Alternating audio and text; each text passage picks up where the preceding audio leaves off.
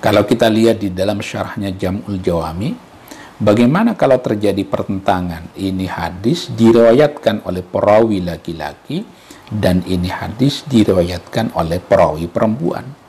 Mana yang lebih didahulukan?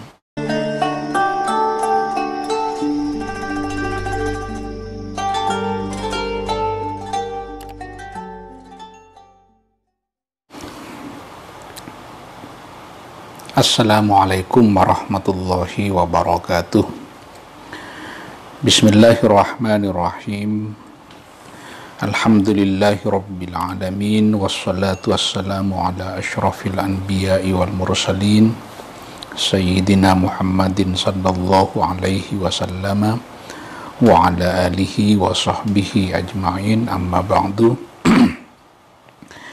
Ila hadratin Nabil Mustafa Muhammadin sallallahu alaihi wasallam wa ala alihi wa ashabihi wa dhurriyyatihi wa ahli baitihi wa li jami'il anbiya'i wal mursalin wal ulama'i wal awliya'i wa syuhada'i wa salihin thumma ususan ila ruhi syekh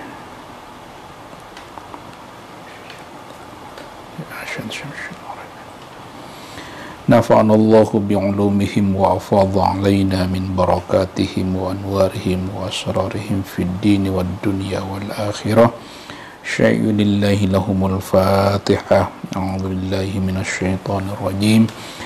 Bismillahirrahmanirrahim. Alhamdulillahi rabbil alamin arrahmanir rahim maliki yaumiddin.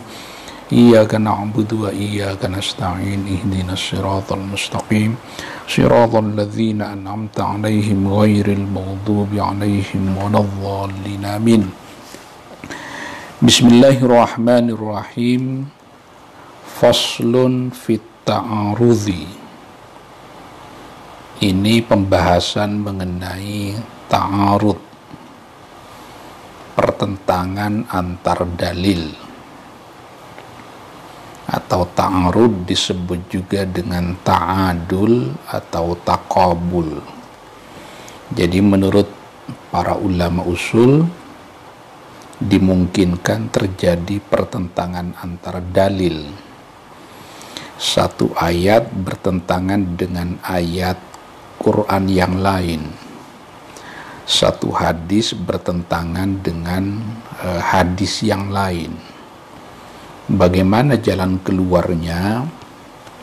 Kalau di dalam usul fikih Syafi'i, ketika terjadi pertentangan antar dalil, maka solusi yang pertama harus dikompromikan, yang disebut dengan al-jam' wa taufiq, dikompromikan. Kalau tidak berhasil dikompromikan, maka dilakukan tarjih, mana yang lebih unggul dari dua dalil yang bertentangan itu. Kalau tidak bisa dilakukan tarjih, maka dilakukan nasakh. Yang satu membatalkan yang lain. Kalau tidak bisa dilakukan nasakh, menurut sebagian ulama harus ditawakufkan, dipending, tidak bisa dilaksanakan. Sebagian yang lain mengusulkan untuk tasakut ad-dalilain. Dua dalil itu rontok sehingga tidak bisa untuk dilaksanakan. Itu di dalam usul fikih Syafi'i ketika terjadi ta'arud, disebut juga ta'adul atau disebut juga taqabul. Idza ta'aradha nutqani, ketika atau jika terjadi pertentangan nutqani, dua dalil, fala yakhlu, maka tidak kosong, tidak sepi. Jika terjadi dua dalil yang bertentangan satu dengan yang lain, maka ada beberapa kemungkinan. Imma ayyakuna ammaini, boleh jadi dua dalil yang bertentangan itu dua-duanya hadir dalam bentuk lafadz am. Au khassaini, atau dua-duanya berupa lafadz yang khas. au ahaduhuma amman wal akharu khassan. Kemungkinan ketiga, salah satunya ada yang am dan yang lain adalah khas. Au kullu wahidin minhuma amman min wajhin wa khassan min wajhin. Atau salah satu dari keduanya am dari satu sisi dan khas dari sisi yang lain. Jadi yang mau kita bicarakan ini, kalau ada dua dalil, dalilnya berupa qaulani dhanniyani. Di dalam hasyiahnya Ad-Dimyati itu dinyatakan nutqani ay qaulani dhanniyani. Ada dua dalil, ada dua qaul dhanniyani, dua-duanya dhanni, tidak qat'i. Karena menurut sebagian ulama tidak mungkin ada pertentangan antara dua dalil yang qat'i. Misalnya di dalam kitab yang ditulis oleh Jaluluddin Al-Mahalli sebagai syarah terhadap kitab Jam'ul Jawami, misalnya dinyatakan yamtani'u ta'adulul qati'aini ay taqabuluhuma. Tidak mungkin terjadi pertentangan antara dua dalil yang qat'i. Misalnya satu dalil menyatakan bahwa, ini yang bukan dalil yang verbal ya, tapi dalil akli. Misalnya ada dalil yang menyatakan bahwa alam semesta ini adalah qadim, sedangkan yang lain menyatakan alam semesta ini baharu. Ya, tidak mungkin dua-duanya benar, pasti ada salah satunya yang salah dan salah satunya benar. Yamtani'u ta'adulul qati'aini, tidak mungkin terjadi pertentangan antara dua dalil yang qat'i. Itu di dalam kitab Jam'ul Jawami. Biasanya yang dimaksud dengan ta'adul, ta'arud itu bainan nusus, pertentangan antar dua dalil yang sifatnya verbal. Bukan ta'arud bainal af'al, pertentangan antar perbuatan Nabi. Misalnya perbuatan Nabi yang satu mengarah ke B, perbuatan Nabi yang lain mengarah ke C. Itu tidak mungkin terjadi ta'arud bainal af'al, pertentangan antar perbuatan Nabi. Yang diperselisihkan oleh para ulama, kalau terjadi ta'arud, pertentangan bainal qawli wal fi'li, pertentangan antara perbuatan Nabi dan perkataan Nabi. Misalnya Nabi dengan pernyataannya menyatakan atau menyuruh melakukan A, sementara perbuatan Nabi mengarah kepada B. Jadi ta'arud bainal qawli wal fi'li. Misalnya yang populer itu, ada hadis Nabi yang menyatakan annal fakhida aura, sesungguhnya paha laki-laki itu menjadi bagian aurat yang harus ditutup. Itu hadis ya, hadis secara verbal. Hadis ungkapan verbal, ungkapan lisan Nabi bahwa paha laki-laki itu harus ditutup. Tapi ada perbuatan Nabi. Suatu waktu Nabi kumpul dengan para sahabatnya, tiba-tiba paha Nabi ini kelihatan.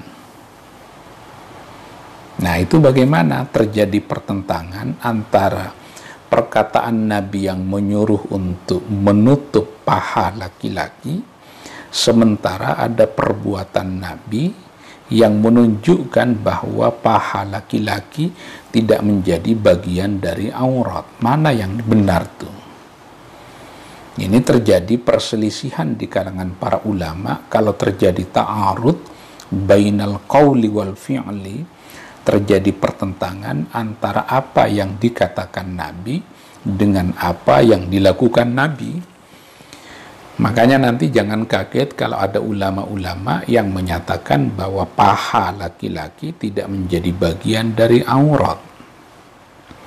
Misalnya Shalih Al-Utsaimin ya menyatakan bahwa paha laki-laki tidak menjadi bagian dari aurat berdasarkan hadis yang diungkapkan yang dilakukan oleh Nabi, bahwa suatu waktu Nabi pernah terbuka atau membuka atau tersingkap.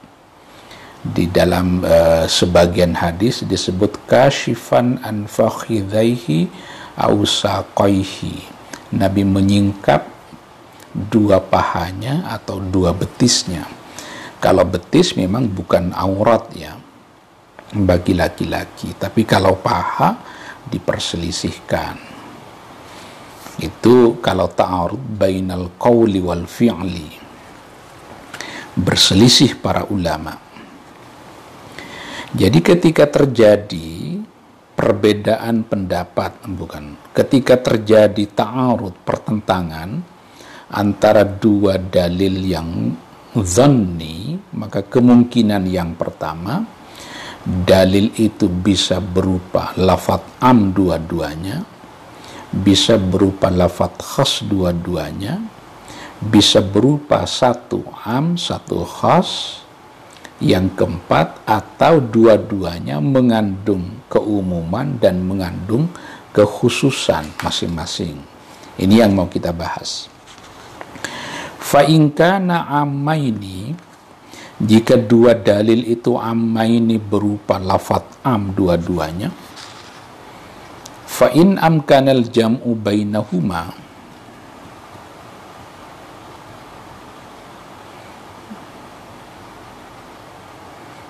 Pak Akiuddin nggak bisa nge-share teksnya. Mudah-mudahan ada yang lain yang bisa menge-share teksnya ya. Fa in kana ammaini, jika dua dalil itu dua-duanya lafadz am. Fa in amkanal jam'u bainahuma, jika dimungkinkan untuk mengkompromikan antara dua dalil yang berupa lafadz am itu, maka jumi'a, atau di kitab lain yujma'u, dikompromikan saja. Kalau dua dalil itu berupa lafadz am dua-duanya dan mungkin untuk dikompromikan, maka dikompromikan saja. Bagaimana caranya? Bihamli kulli wahidin minhuma ala halin,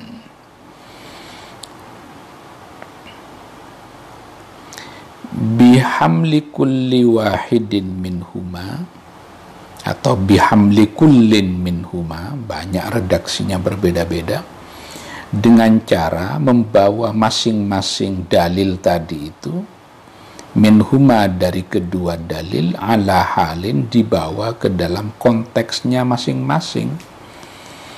Dua lafadz am bertentangan satu dengan yang lain, jika mungkin untuk dikompromikan, kompromikan saja. Dengan cara bagaimana? Bawa keduanya ke dalam konteks masing-masing.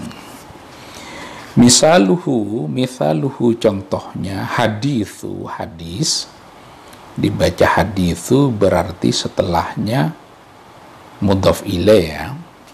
Kalau hadithun berarti setelahnya badal. Contoh dari dua lafadz am yang mungkin untuk dikompromikan, pertama, syarrus syuhudi alladhi yashhadu qabla an yustashhada, hadis yang menyatakan seburuk-buruk saksi, alladhi yashhadu adalah saksi yang bersaksi, qabla an yustashhada, sebelum diminta untuk bersaksi. Jadi menurut hadis yang pertama ini, saksi yang paling buruk adalah ketika dia bersaksi sebelum diminta untuk bersaksi. Wa hadithu, dan hadis, khairus syuhudi, sebaik-baik saksi, alladzi yashhadu adalah yang bersaksi, qabla an yustashhada, sebelum diminta untuk bersaksi. Itu kan terjadi ta'arud. Mana yang paling benar? Hadis yang pertama menyatakan seburuk-buruk saksi adalah yang bersaksi sebelum diminta untuk bersaksi, sedangkan hadis yang kedua menyatakan sebaik-baik saksi adalah yang bersaksi sebelum diminta untuk bersaksi.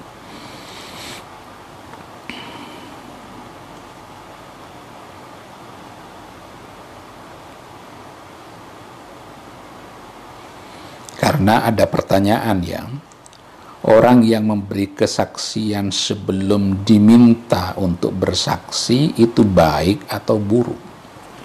Itu dua hadis tadi itu kok berbeda jawabannya. Fahumilal awwalu, maka hadis yang pertama dibawa pada penjelasan alama idza kana man lahu syahadatu aliman biha. Hadis yang pertama yang menyatakan bahwa saksi yang paling buruk adalah saksi yang bersaksi alama atas sesuatu idza kana apabila ada man lahu syahadatu, orang yang diuntungkan dengan persaksiannya, orang yang diuntungkan dengan persaksiannya itu aliman biha, tahu terhadap kesaksian itu. Jadi kalau orang yang diuntungkan dengan kesaksian orang itu tahu kan, nah berarti itu menjadi contoh saksi yang buruk. Wathani, sedangkan hadis yang kedua narasinya dibawa ke dalam penjelasan alama idza lam yakun aliman biha, yang dipersaksikan itu tidak tahu terhadap kesaksian yang akan saya berikan. Makanya tendensinya lebih ikhlas jadinya. Oke. Kenapa begitu? Karena kesaksian itu kan pasti menguntungkan salah satu pihak. Saksi yang terbaik itu adalah saksi yang memberikan kesaksian di mana orang yang dipersaksikan itu tidak tahu. Padahal kesaksian yang diberikan oleh saksi itu akan menguntungkan dirinya. Nah, tapi sebaliknya, saksi yang buruk itu adalah saksi yang memberikan kesaksian yang kesaksiannya itu sudah diketahui sebelumnya oleh pihak yang dipersaksikan. Wal awwalu,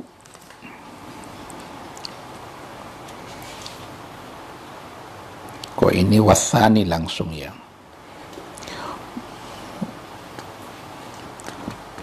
Wathani ala ma idza lam yakun aliman. Wal awwalu, hadis yang pertama itu muttafaqun ala ma'nahu, disepakati maknanya.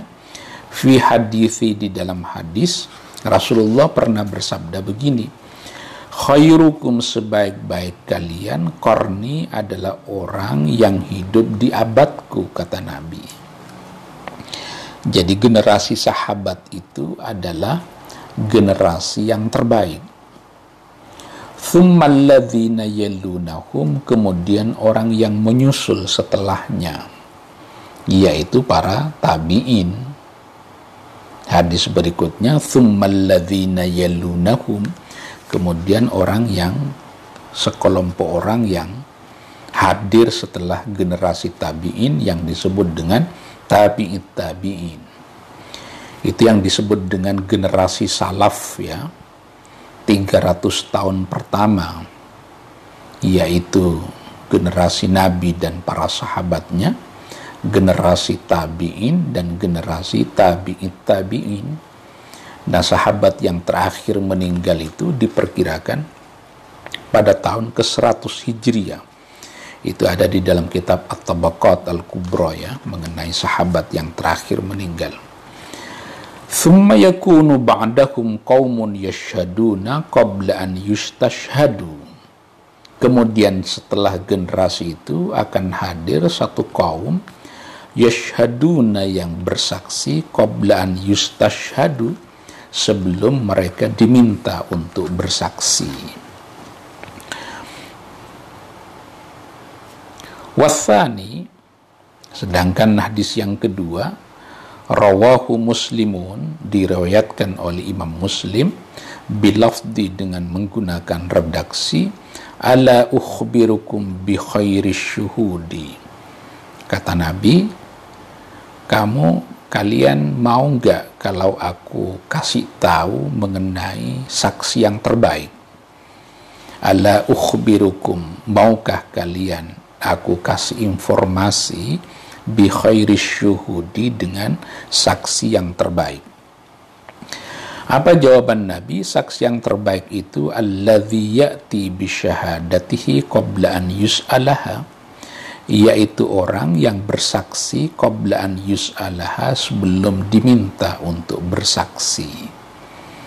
Ini dua hadis menggunakan redaksi yang umum, bisa dikompromikan, maka lakukan kompromi itu. Ini contoh yang pertama.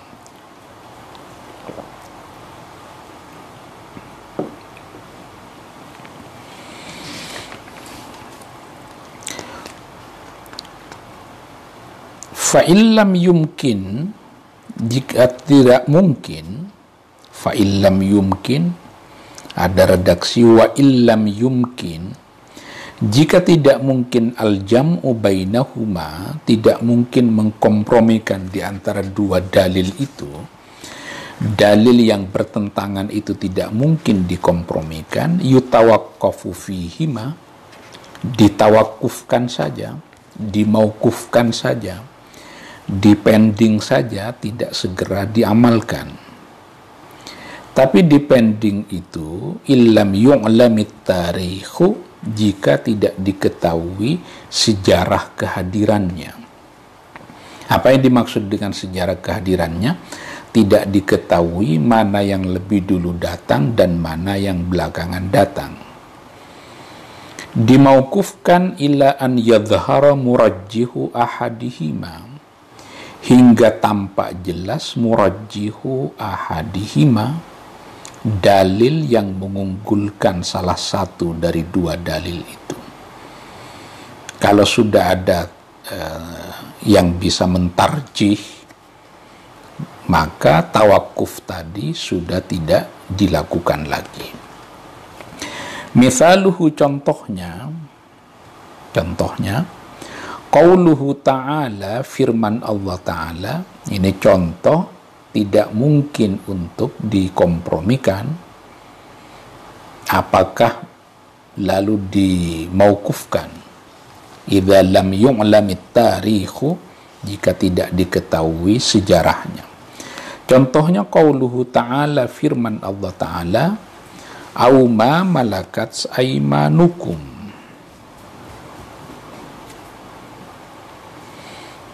au ma malakat aimanukum.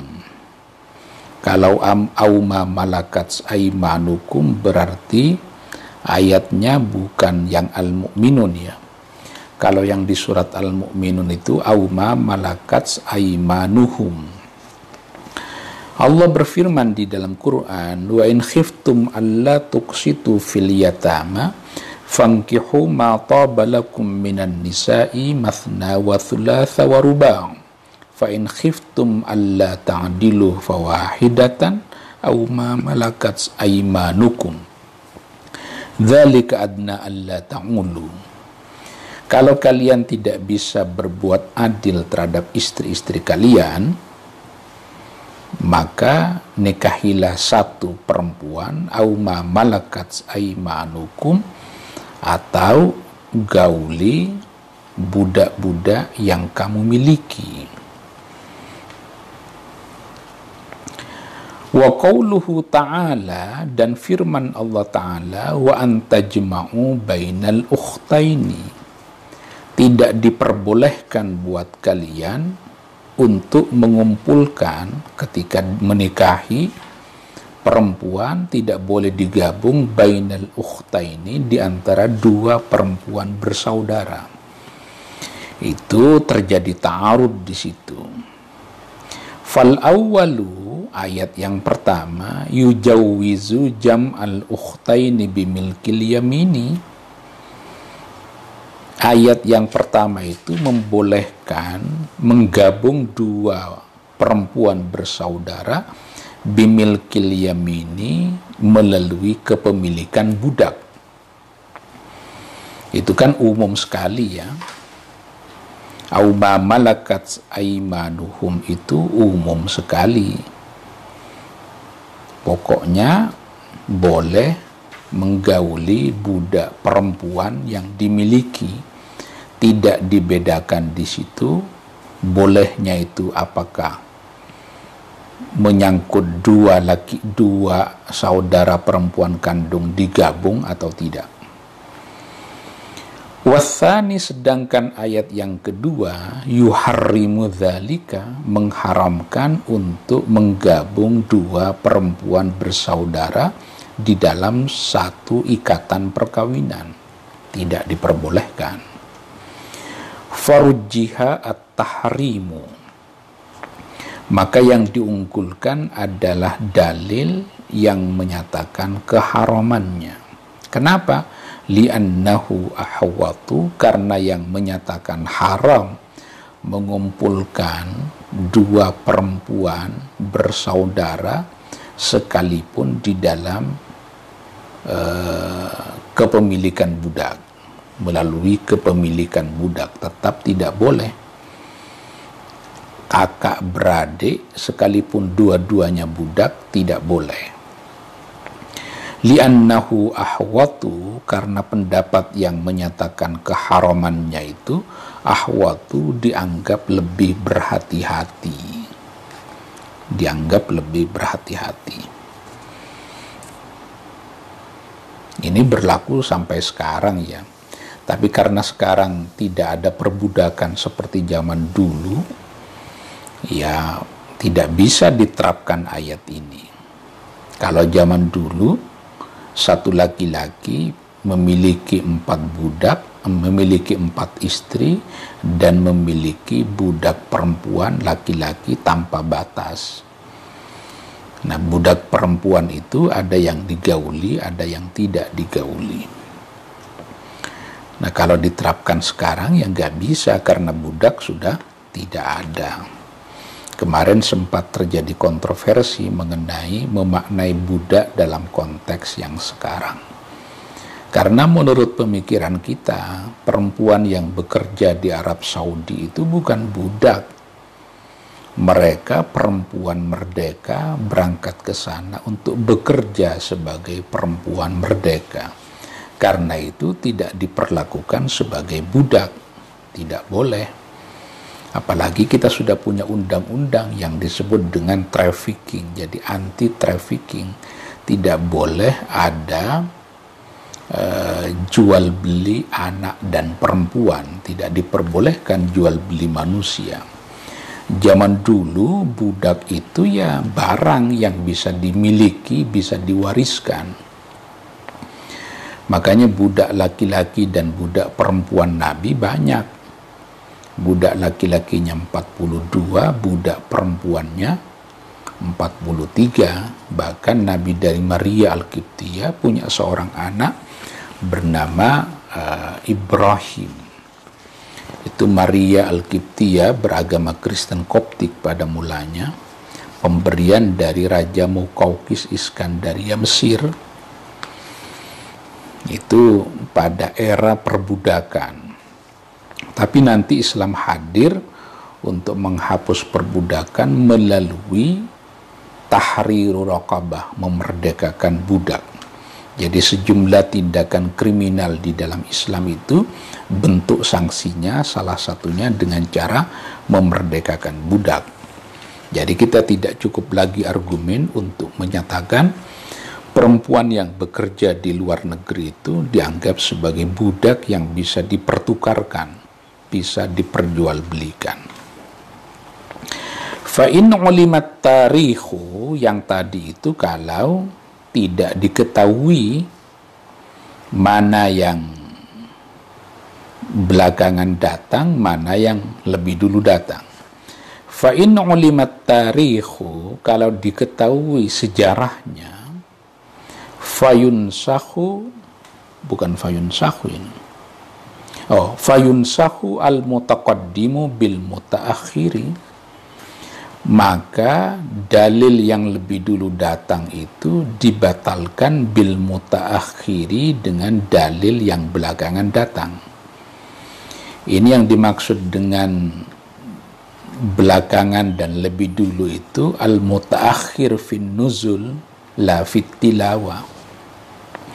Bukan urut-urutan di dalam mushaf yang kita miliki. Yang dimaksud dengan lebih dulu dan lebih belakang itu berdasarkan turunnya, mana yang lebih dulu turun dan mana yang lebih belakangan turun.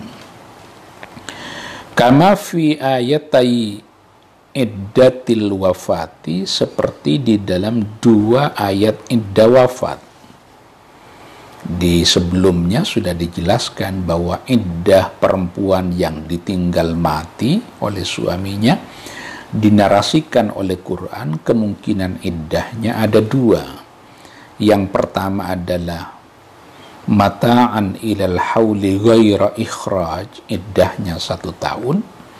Sedangkan ayat yang kedua menyatakan yatarabbasna bi anfusihinna arba'ata asyhurin wa asyra, 4 bulan 10 hari. Itu kan terjadi ta'arud, pertentangan antar dalil. Iddahnya yang benar apakah 1 tahun atau 4 bulan 10 hari.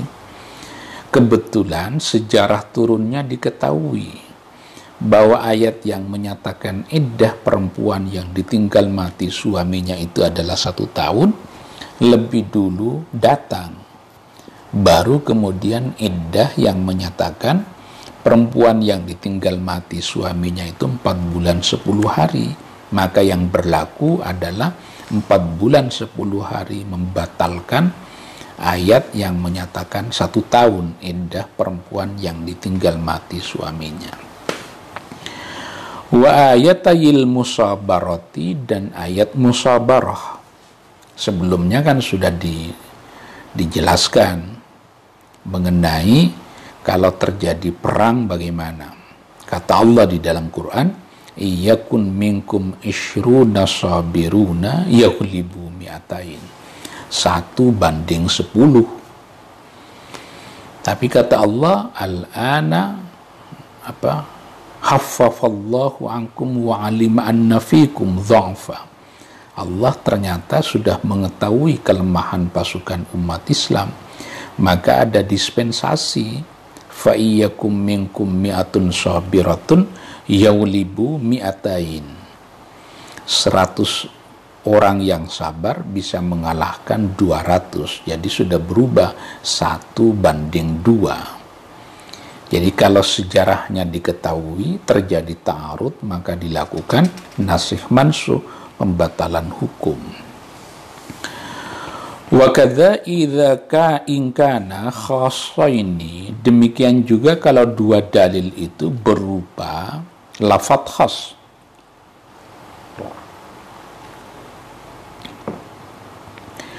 Dua-duanya lafadz khas. Bagaimana solusinya? Ada 2. Fa in amkanal jam'u bainahuma jumi'a, kalau mungkin untuk dikompromikan di antara 2 dalil itu, 2 dalil yang khas itu, jumi'a, dikompromikan. Kama fi hadithi, sebagaimana di dalam hadis, annahu, sesungguhnya Nabi Muhammad sallallahu alaihi wasallam tawadza'a berudu wa ghasala rijlaihi, dan membasuh, bukan mengusap, membasuh 2 kakinya. Nabi berudu dan membasuh 2 kakinya. Wa hadza masyhurun fi sahihaini wa ghairihima, ini sudah cukup populer ya di dalam hadis yang diriwayatkan oleh Bukhari, Al-Bukhari dan Muslim, wa ghairihima, dan selain Al-Bukhari dan Muslim. Wa hadithi, dan hadis. Ini hadis pertama, Nabi berwudu dan membasuh dua kakinya. Hadis yang kedua menyatakan annahu, sesungguhnya Nabi sallallahu alaihi wasallam tawadza'a berwudu wa rasyal ma'a ala qadamaihi, dan hanya memercikkan air pada kaki Nabi, wahuma, sedangkan telapak kaki Nabi itu finna'laini, berada di dalam dua sandal. Jadi yang benar, Nabi itu membasuh kaki atau hanya memercikkan air pada kaki. Nah, hadis yang kedua ini rawahun Nasa'i, diriwayatkan oleh An-Nasa'i wal Baihaqi wa ghairuhuma. Jadi yang benar yang mana?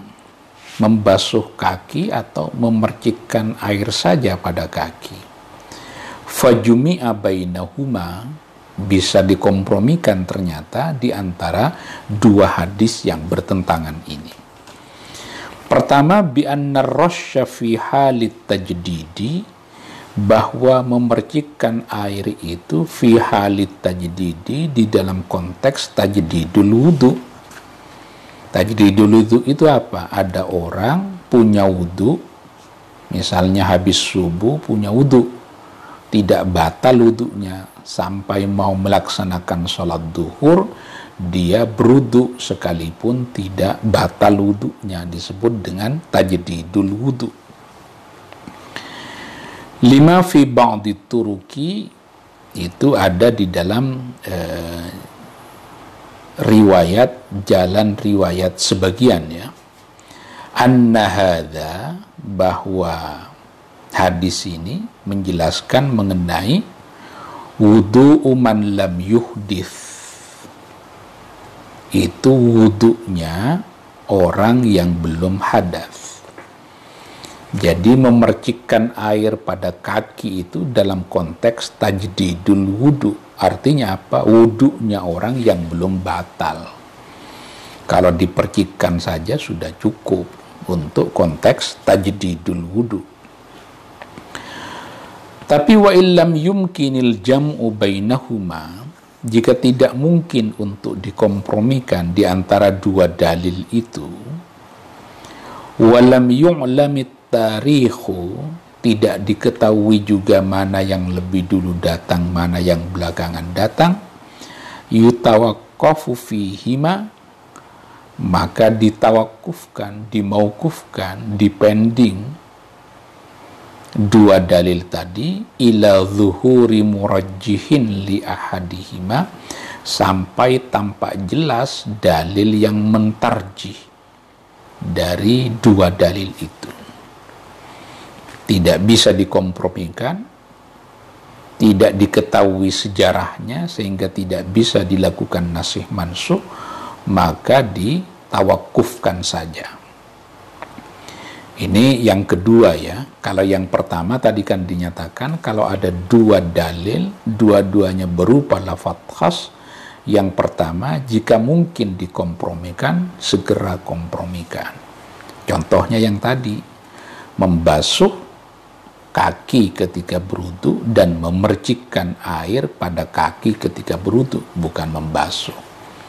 Maka kompromika yang memercikkan air pada kaki itu untuk konteks tajdidul wudu. Makanya ada yang menyatakan al-muradu bil wudu'i fi haditsil ghusli itu al-wudu asy-syar'i. Ada yang menyatakan bahwa memercikkan air itu adalah wudu yang lughawi untuk an-nadhafah, membersihkan kaki saja. Itu yang pertama. Yang kedua, kalau tidak mungkin dikompromikan, sejarahnya tidak diketahui, ya dimaukufkan saja hingga kemudian ada argumen yang menyebabkan yang satu lebih unggul dari yang lain. Jadi ada tarjih. Misaluhu, contohnya bagaimana? Contohnya majaa adalah hadis annahu sesungguhnya Nabi sallallahu alaihi wasallam su'ila, Nabi pernah ditanya, amma yahillu lirrajuli min imra'atihi wa hiya haidun, apa yang halal bagi seorang suami ketika istrinya dalam keadaan haid. Nabi pernah ditanya begitu. Ketika istri dalam keadaan haid, apa yang halal bagi seorang suami? Itu Abdullah bin Sa'ad bertanya kepada Nabi, ma yahillu li min imraati wa hiya haidun. Wahai Nabi, apa yang halal dari istriku padaku ketika istriku dalam keadaan haid? Faqala, maka Nabi bersabda, ma fauqal izari, yang halal bagi kamu itu adalah menggauli istri di luar lokasi antara pusar dan lutut. Izar ya, izar itu artinya sarung, artinya pakaian bawah. Rawahu Abu Dawud, ini hadis diriwayatkan oleh Abu Daud. Jadi menurut hadis yang pertama ini, yang diperbolehkan bagi seorang suami untuk menggauli istri ketika istri dalam keadaan haid di lokasi di luar lokasi pusar dan lutut. Waja'a, ada hadis lain yang datang, annahu sesungguhnya Nabi sallallahu alaihi wasallam qala, Nabi bersabda, isna'u kulla syai'in illa nikaha. Ini siapa yang berbagi? Makasih, ini Pak siapa? Khalis Ilkia. Susah namanya. Iya. Ilkia. Nah, hadis yang kedua menyatakan ketika perempuan dalam keadaan haid, kata Nabi, isna'u kulla syai'in, lakukan apa saja, illan nikaha ail wad'a, kecuali jima. Rawahu Muslimun, ini hadis diriwayatkan oleh Imam Muslim. Wa min jumlatihi, termasuk ke dalam kategori al-wad'i, termasuk ke dalam kategori yang istimta ya. Min jumlati dzalikal istimta al-wad'u, ini di kitab yang saya miliki, fima fauqal izari, mungkin kurang tepat ya, yang benar itu wa min jumlatihi al-wad'u bima tahtal izari. Ini hampir semua teks yang saya miliki fima fauqal izari. Mungkin yang lebih tepat bima tahtal izari. Karena para ulama bersepakat bahwa perempuan dalam keadaan haid, tidak ada perselisihan di kalangan para ulama mengenai bolehnya menggauli istri ma fauqal izar, di luar antara pusar dan lutut. Kalau pada kelamin intinya memang diharamkan, karena Allah berfirman, fa'tazilun nisa'a fil mahidhi, memang tidak diperbolehkan. Yang diperselisihkan oleh para ulama itu bima tahtal izar, di lokasi antara pusar dan lutut, tapi tidak dalam bentuk hubungan seksual, di luar jima. Ada paha, ada apa, misalnya, itu yang diperselisihkan oleh para ulama. Fata'aradha fihi, maka kalau begitu terjadi pertentangan.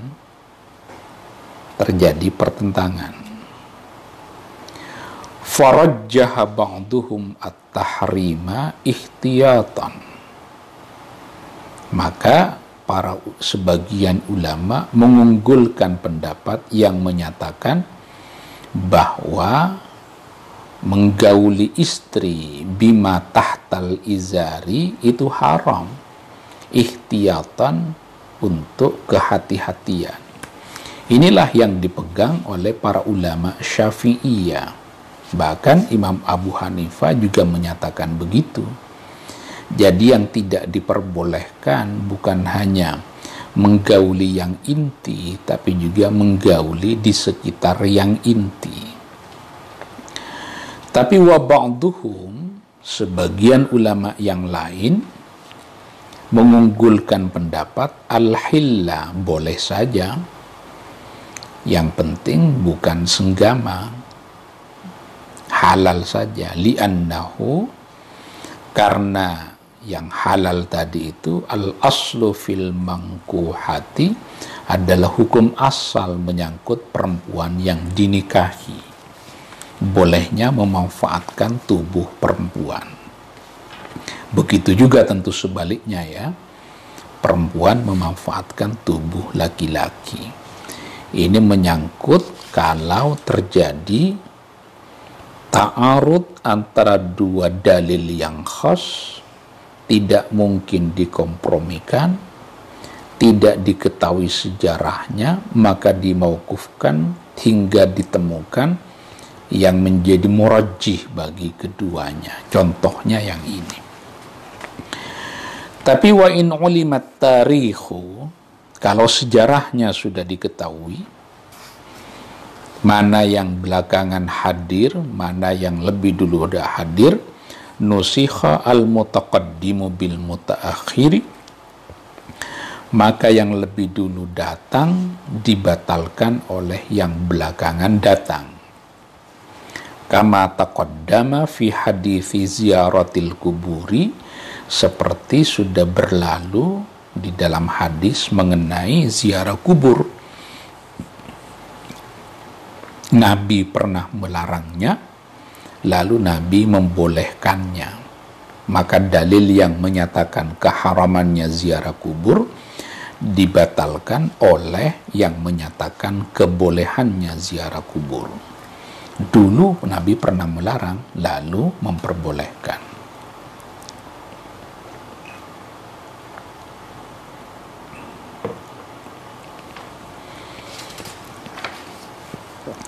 Wa in kana ahaduhuma amman, jika salah satu dari dua dalil itu bersifat umum, wal akharu khassan, dan yang lainnya khas, jadi bertentangan antara am dengan khas. Apa yang kita lakukan? Fayukhassu al-ammu bil khassi, maka yang am itu ditaksis oleh yang khas. Ini sudah dijelaskan waktu kita bicara mengenai lafaz am dan khas ya.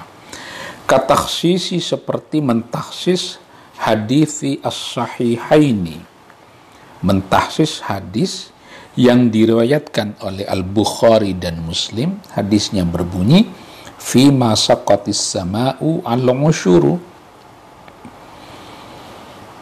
hasil pertanian yang hanya mengandalkan siraman hujan, zakatnya al-ushuru 1/10.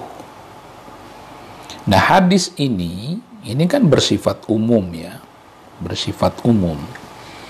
Karena tidak dibedakan apakah sedikit atau banyak. Pokoknya hasil pertanian, perkebunan yang mengandalkan tada hujan, zakatnya adalah 1/10. Amun fil qalili wal kathir, tidak dibedakan apakah sedikit atau banyak. Ini ditaksis oleh hadis bihadithihima, dengan hadis yang juga riwayat as-sahihain. Kata Nabi, laisa fima duna khamsati ausukin sadaqatun. Hasil pertanian itu kalau kurang dari 5 wasak. Laisa fima duna khamsati ausukin sadaqatun. Laisa, tidak ada, fima menyangkut hasil pertanian, hasil perkebunan, duna khamsati ausukin, kurang dari 5 wasak, sadaqatun, zakat. Karena itu hasil pertanian yang kurang dari 5 wasak tidak wajib dikeluarkan zakatnya. Ini contoh ya, sudah pernah dijelaskan. Jadi kalau sampai 5 wasak sudah dikeluarkan zakatnya. Contoh lain apa? Misalnya di dalam Quran dinyatakan as-sariqu was-sariqatu faqta'u aydiyahuma, pencuri laki-laki dan pencuri perempuan dipotong tangannya. Ayat ini tidak menjelaskan berapa banyak harta yang dicuri yang menyebabkan orang itu dipotong tangannya. Jadi fal masruku yashmalu al-qalila wal katsira. Nanti kemudian ada hadis yang menyatakan la tuqta'u yadus sariki illa fi rubi dinarin fasa'idan. Kalau mencurinya itu nyampe nisabnya 1/4 dinar terus lebih, baru kemudian dipotong tangan. Ini yang motong tangan bukan swasta ya, tapi negara. Jangan lupa setiap pelanggaran hukum di dalam Islam itu bukan dilakukan oleh individu per individu, tapi yang melakukan adalah negara. Misalnya kalau terjadi sebagian orang mencaci maki Nabi, yang memberikan sanksi hukum bukan individu per individu, tapi negara. Itu contoh, ada yang am, ada yang khas, maka yang berlaku adalah takhsis. Berlaku adalah takhsis. Wa in kana kullu wahidin minhuma amman min wajhin wa khassan min wajhin fayukhassu umumu kulli wahidin minhuma bi khususil akhar bi an yumkina kadzalika wa in kana kullu wahidin minhuma, jika salah satu dari dua dalil itu bersifat am dari satu sisi dan khusus dari sisi yang lain, maka yang umumnya itu, bagian yang umumnya mentahsis bagian yang umumnya, ditahsis oleh bagian yang khususnya. Bi an yumkina dzalika, itu kalau mungkin ya, jika memungkinkan dilakukan begitu. Misaluhu, contohnya, hadis Abi Dawud wa ghairihi, hadis yang diriwayatkan oleh Abi Dawud dan selainnya, kata Nabi, idza balagal ma'u kullataini fa innahu la yanjusu. Kalau air itu sampai 2 kulla, maka air itu tidak akan bisa najis, termasuk kategori air banyak. Jadi air banyak itu nyampe 2 kulla tidak bisa najis. Ma hadis Ibnu Majah wa ghairihi, tapi ada hadis yang diriwayatkan oleh Ibnu Majah dan lainnya.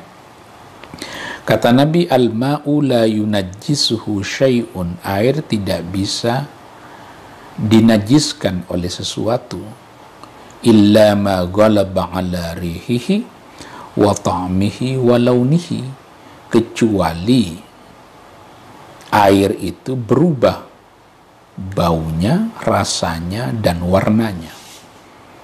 Jadi hadis pertama menyatakan pokoknya kalau air itu sudah nyampe 2 kulla, apalagi lebih, tidak bisa mutanajis.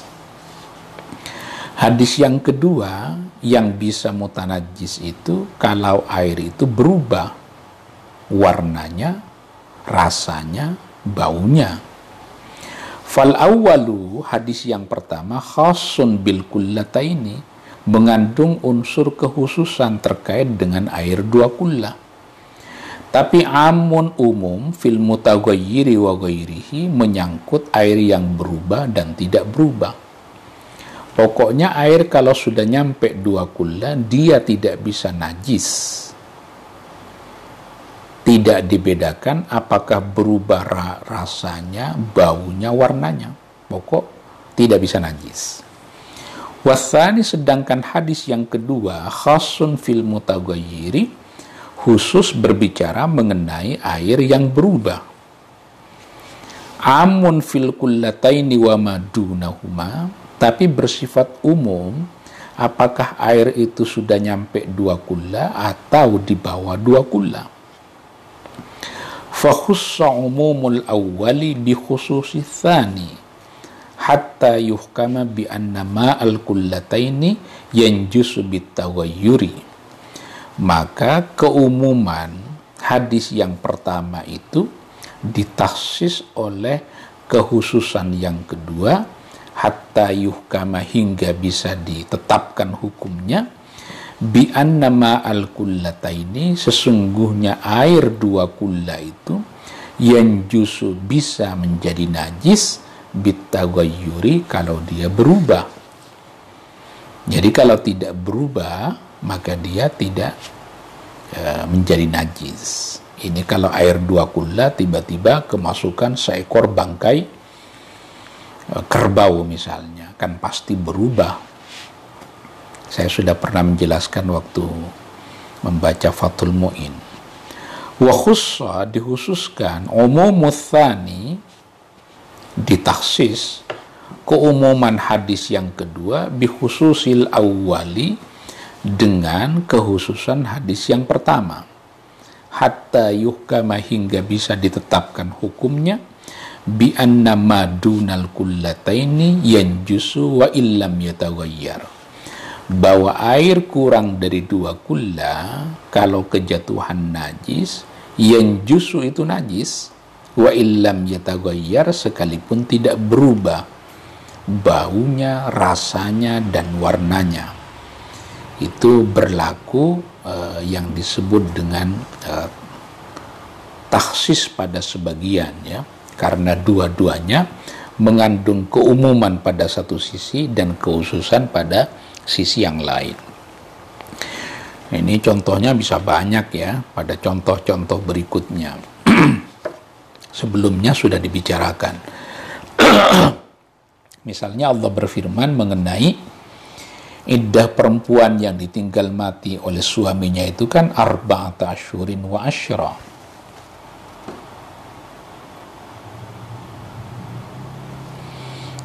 Disertasi di UIN Jogja yang bicara milkul yamin, ya. Tadi saya sudah menjelaskan nggak ada lagi milkul yamin sekarang ini. Makanya kita tidak bisa memperlakukan perempuan seperti zaman dulu. Ya, fasilitasinya apa? Melalui pernikahan. Yang Fathul Mu'in sudah ada videonya ya. Tentu belum sampai khatam.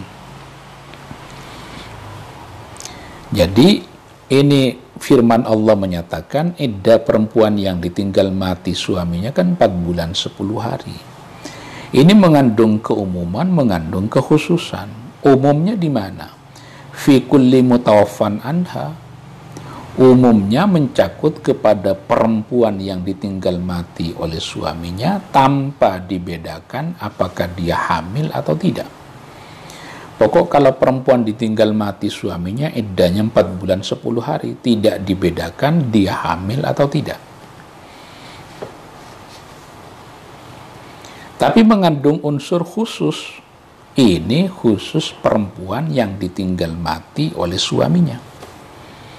Nanti ada ayat lain yang menyatakan wa ulatul ahmali ajaluhunna an yadha'na hamlahunna. Perempuan hamil itu iddahnya sampai dia melahirkan.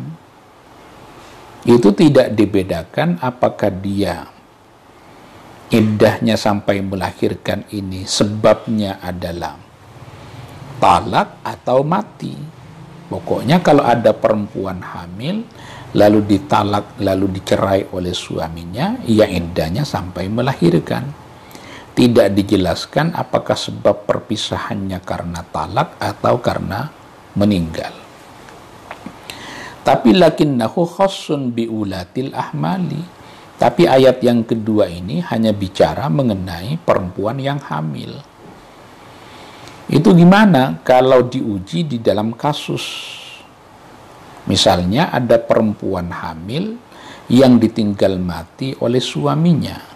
Kalau mengacu kepada ayat yang pertama, 4 bulan 10 hari. Kalau mengacu pada ayat yang kedua, ya sampai melahirkan. Itu nanti para ulama berselisih.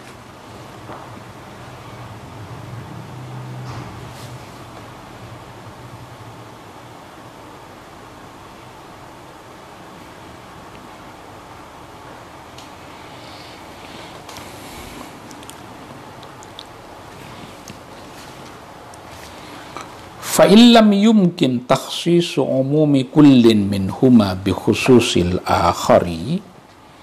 Kalau tidak mungkin mentakhsis keumuman sebagian dari dua dalil itu, ditakhsis bikhususil akhari, dengan unsur kekhususan pada dalil yang lain, ihtija. Ini ihtaja ya, dijadikan mabni majhul jadi ihtija.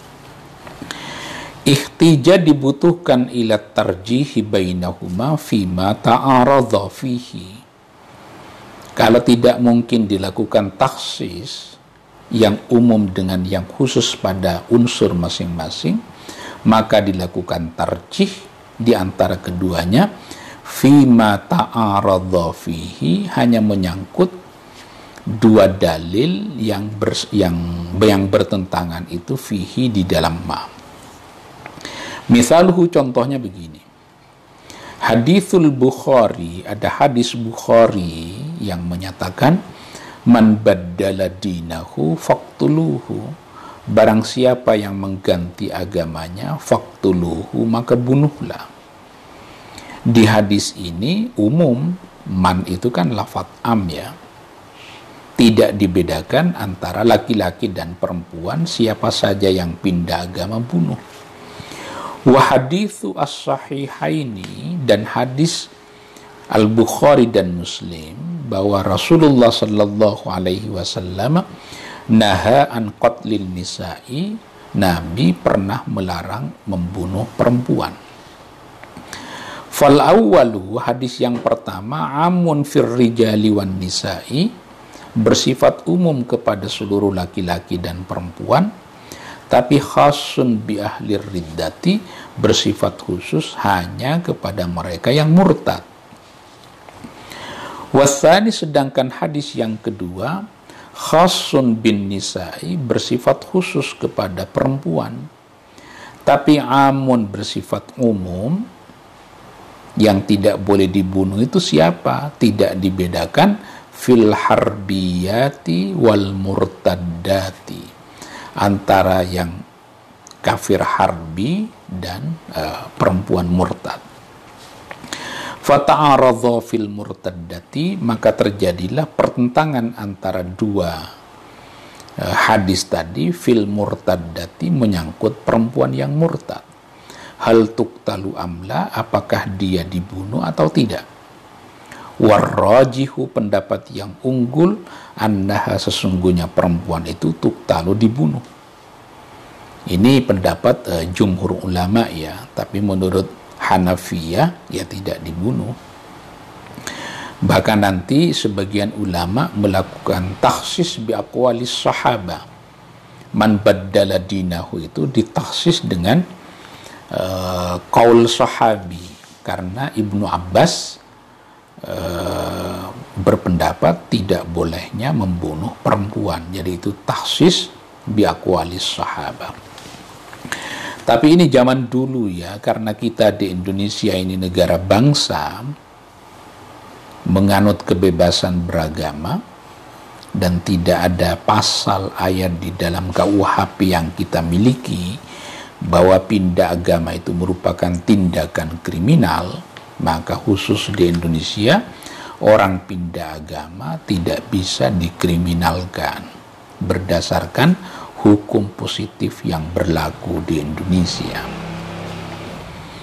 Itu karena konteksnya berbeda antara zaman sekarang dengan zaman dulu, antara konteks ya negara bangsa yang mendasarkan negaranya bukan kepada Al-Quran dan hadis secara langsung, tapi kepada Pancasila dan Undang-Undang Dasar 45. Makanya pindah agama di Indonesia tidak terkategori sebagai tindakan kriminal. Ada yang bertanya nggak? Ada tuh. Abi Ratu namanya. Kalau yang di kitab I'anah nanti ya, kalau kita lagi membahas Fathul Mu'in. Karena ini adalah kita mengaji usul fikih, jadi yang kita bicarakan adalah metodologi. Kalau di I'anatul Talibin itu pertentangannya bukan antar dalil, tapi pertentangan antar pendapat para ulama. Nah, makanya kalau pertentangan antar pendapat para ulama, kita misalnya memilih yang mana, itu kita bisa melakukan bukan tarjih namanya, tapi takrir. Makanya di Nahdlatul Ulama ada yang disebut dengan takrir jama'i. Imam Nawawi menyatakan ini, Imam Rafi'i menyatakan ini, Al-Muzanni menyatakan begini, bisa dilakukan takrir. Bahwa pendapat yang disepakati oleh Nawawi dan Rafi'i itu dianggap lebih unggul ketimbang pendapat yang disepakati oleh ulama-ulama yang lain.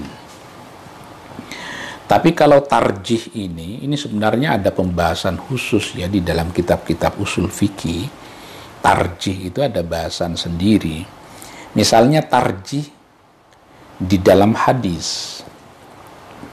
Ini hadis menyatakan A, ini hadis menyatakan B. Bagaimana cara kita mentarjih hadis ini lebih unggul dari yang ini?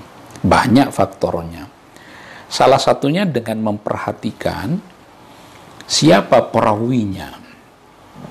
Menurut sebagian ulama, perawi yang lebih mengerti fikih lebih didahulukan ketimbang perawi hadis yang tidak mengerti fikih. Jadi fiqhur rawi, kefakihan seorang rawi hadis itu dianggap memiliki keunggulan ketimbang yang tidak memiliki kefakihan. Kalau kita lihat di dalam syarahnya Jam'ul Jawami, bagaimana kalau terjadi pertentangan, ini hadis diriwayatkan oleh perawi laki-laki dan ini hadis diriwayatkan oleh perawi perempuan. Mana yang lebih didahulukan? Kata sebagian ulama, fayuqaddamu khabarudz dzakari ala khabaril untha. Hadis yang diriwayatkan oleh laki-laki didahulukan ketimbang hadis yang diriwayatkan oleh perempuan. Li'annahu azbatu minha fil jumlah. Kira-kira laki-laki lebih terpercaya secara umum, lebih valid data-datanya, lebih dhabit secara umum ketimbang perempuan. Tapi pendapat ini bukan satu-satunya pendapat. Nanti khilafan lil Ustadzi Abi Ishaq al-Isfirayini. Menurut Al-Isfirayini justru yang didahulukan adalah hadis yang diriwayatkan oleh perempuan. Fa inna katsiran minan nisa'i adbatu min katsirin minar rijal. Karena biasanya justru perempuan lebih dhabit ketimbang laki-laki. Jadi akhirnya parameter untuk mentarjih itu bisa berbeda antara satu ulama dengan ulama yang lain. Karena itu tarjih ini oleh sebagian ulama dinyatakan tidak bisa lintas mazhab. Tarjih ini harus terjadi di internal mazhab biar parameternya sama. Ini kan parameternya jadinya berbeda. Menurut Al-Isfirayini, hadis yang diriwayatkan oleh perempuan justru lebih didahulukan ketimbang yang diriwayatkan oleh laki-laki. Tapi ada komprominya. Katanya wa yurajjahu adz-dzakaru fi ghairi ahkamin nisa'i. Hadis yang diriwayatkan oleh laki-laki diunggulkan dari hadis yang diriwayatkan oleh perempuan fi ghairi ahkamin nisa'i, di luar persoalan hukum-hukum yang terkait dengan perempuan. Kenapa? Karena perempuan menyangkut hukum yang mengenai dirinya azbatu fiha itu lebih dhabit ya ketimbang laki-laki. Jadi ini contoh-contoh bagaimana cara kita mentarjih di dalam hadis. Ada tarjih di dalam ijma, ada tarjih di dalam qiyas, dan seterusnya dan seterusnya. Itu pembahasan yang cukup panjang. Misalnya kalau terjadi pertentangan antara hadis yang ada di dalam Bukhari, Muslim, dengan hadis yang ada di Sunan Abi Dawud, di dalam Tirmidzi, maka menurut sebagian ulama, mayoritas ulama menyatakan yang kita ambil adalah hadis yang ada di dalam As-Sahihain, riwayat Al-Bukhari dan Muslim.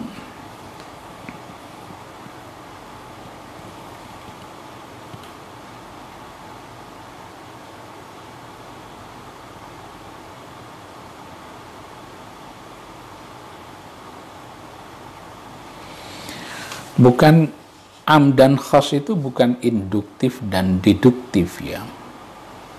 Waktu saya menjelaskan mengenai lafaz am itu kan bentuk-bentuknya sudah ada, bentuk-bentuk lafaz am. Kalau yang khas bentuk-bentuknya seperti ada tersendiri. Kalau induksi dan deduksi itu mirip dengan pola pembentukan usul fikih dan qawaid fikhiyah. Kalau usul fikih Syafi'i itu kan dibikin dulu, baru kemudian melahirkan fikih.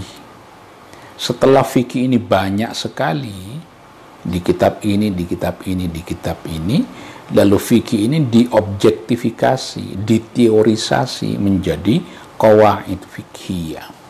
Itu beda antara pembentukan usul fikih dan pembentukan qawaid fikhiyah.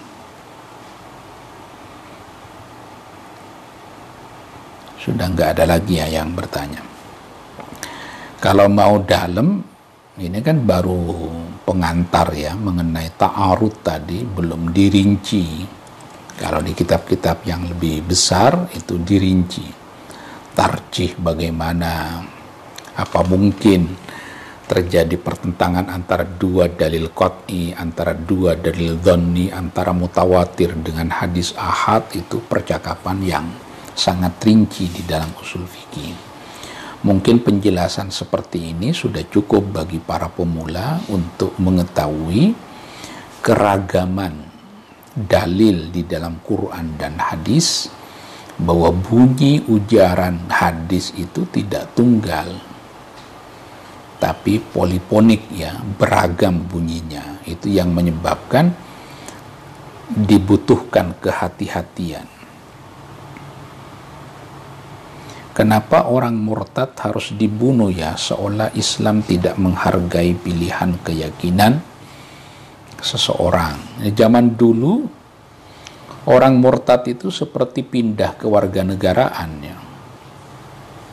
Karena batas sebuah negara itu tidak dibatasi oleh batas kewilayahan, tapi oleh batas kepenganutan pada agama. Makanya kayak pindah warga, kayak deserse jadinya. Ada sanksi hukumnya. Makanya sekarang hampir semua, sebagian negara-negara, negeri-negeri muslim itu tidak menerapkan hukum bunuh bagi orang murtad. Walaupun penting dibedakan ya. Ada orang yang deklarasi keluar dari Islam. Ada orang yang dikeluarkan dari Islam. Ada satu komunitas Islam yang dikeluarkan dari Islam.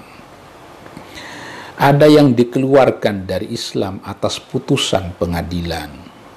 Ada yang dikeluarkan dari Islam berdasarkan fatwa keagamaan dari individu. Fatwa keagamaan dari sekelompok orang. Fatwa keagamaan dari organisasi keagamaan. Itu yang membutuhkan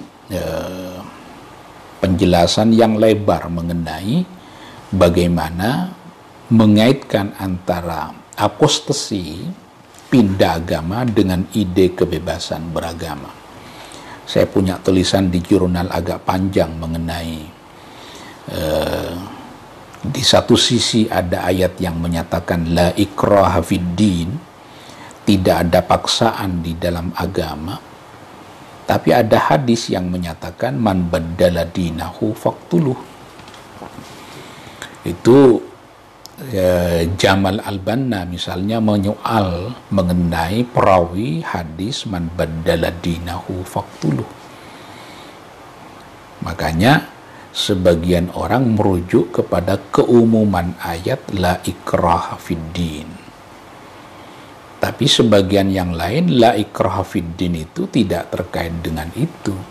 La ikraha fid din itu menyangkut kebebasan orang untuk masuk ke dalam Islam.